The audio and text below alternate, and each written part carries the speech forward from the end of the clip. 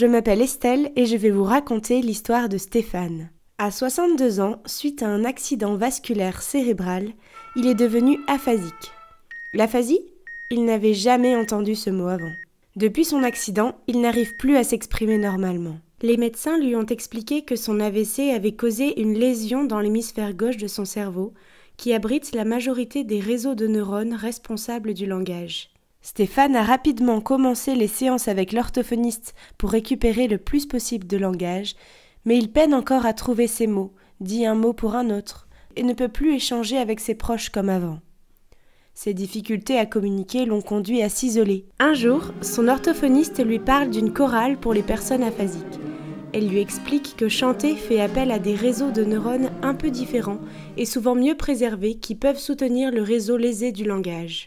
Stéphane pourrait ainsi travailler indirectement son langage, sa voix, sa mémoire et son attention d'une manière plus agréable, tout en rencontrant du monde.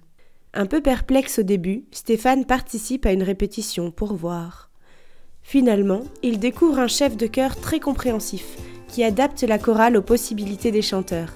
Quelques semaines plus tard, il entraîne même sa femme avec lui. Elle est ravie de vivre à nouveau quelque chose avec son mari et d'échanger avec les autres proches des personnes aphasiques.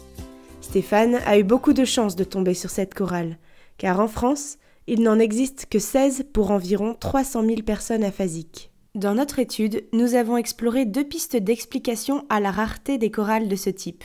Nous avons voulu vérifier si le chant choral était un outil qui satisfaisait les personnes aphasiques. Nous avons donc créé une chorale de personnes aphasiques au CHU de Limoges durant 2 mois et demi. Les répétitions avaient lieu 1 fois par semaine sous la direction d'une chef de chœur et ont abouti à un concert final. Nos 8 chanteurs se sont tous déclarés satisfaits de l'expérience et la chorale s'est largement agrandie. Nous avons également cherché à savoir s'il existait un manque de connaissances de la part des orthophonistes sur cet outil.